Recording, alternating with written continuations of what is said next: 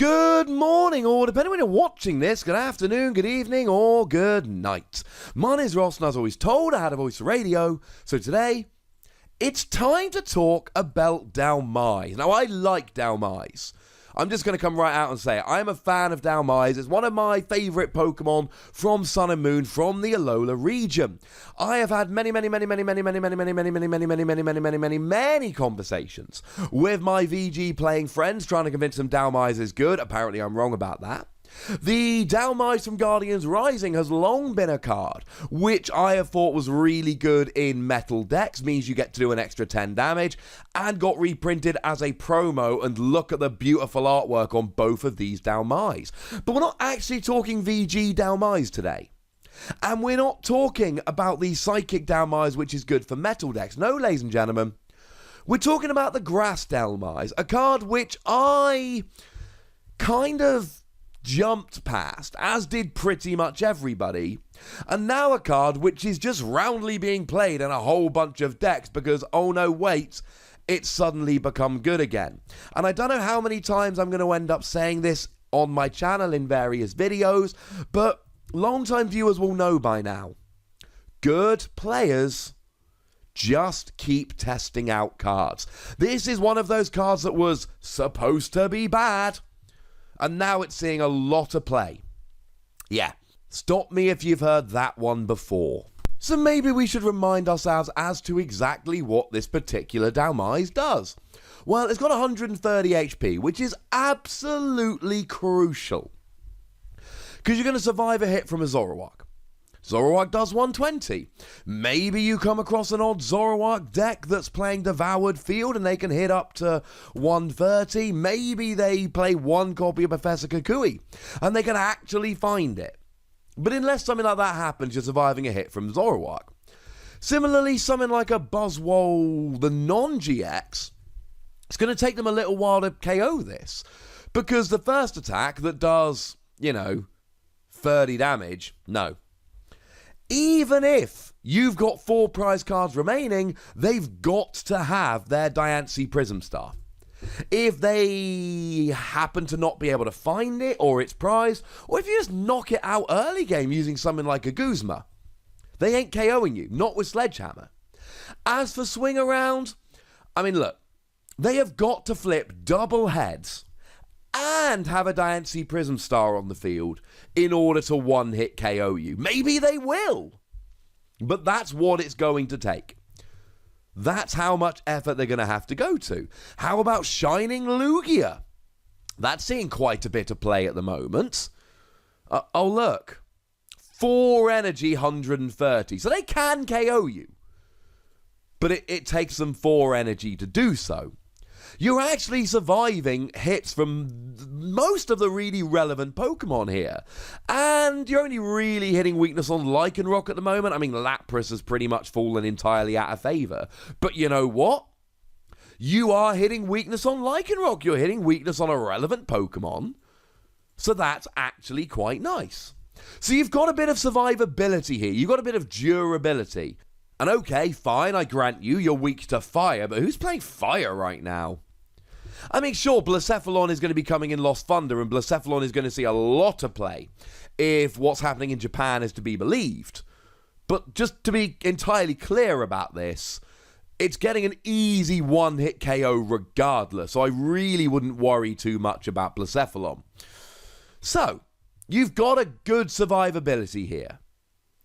But it's the damage that you're doing. Now, as for Giga Drain here, what I will say, if you come across somebody playing the 60 HP Rockruff because they want to use Corner, one-hit KO, whoop whoop.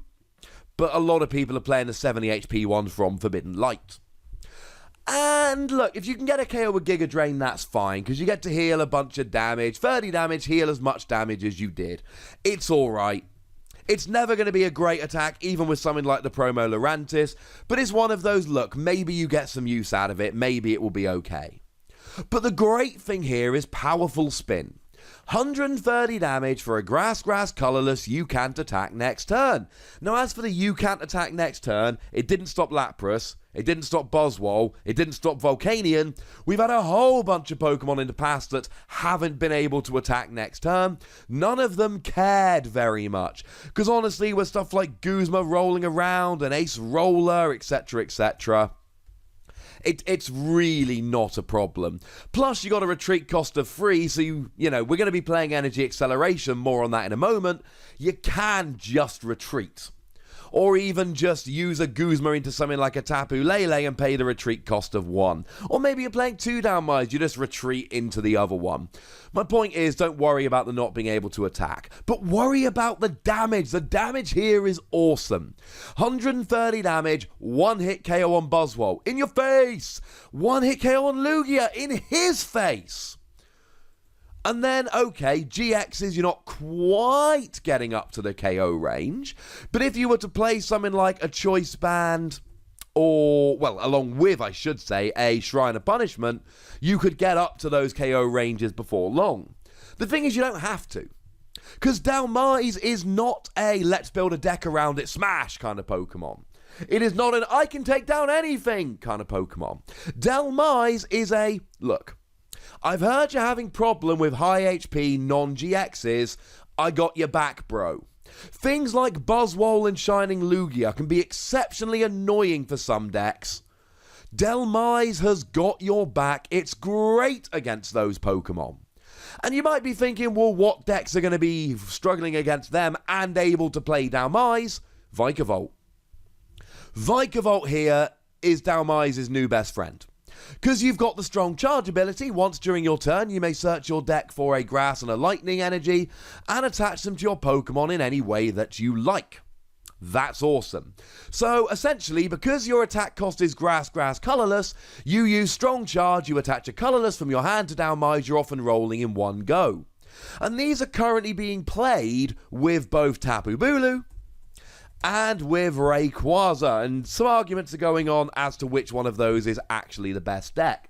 If we go by tournament results up till now, Rayquaza is the best partner, but there's still people playing Bulu, there's still people sticking by Bulu. I'm not going to be upset with you if you're one of those people. Bulu!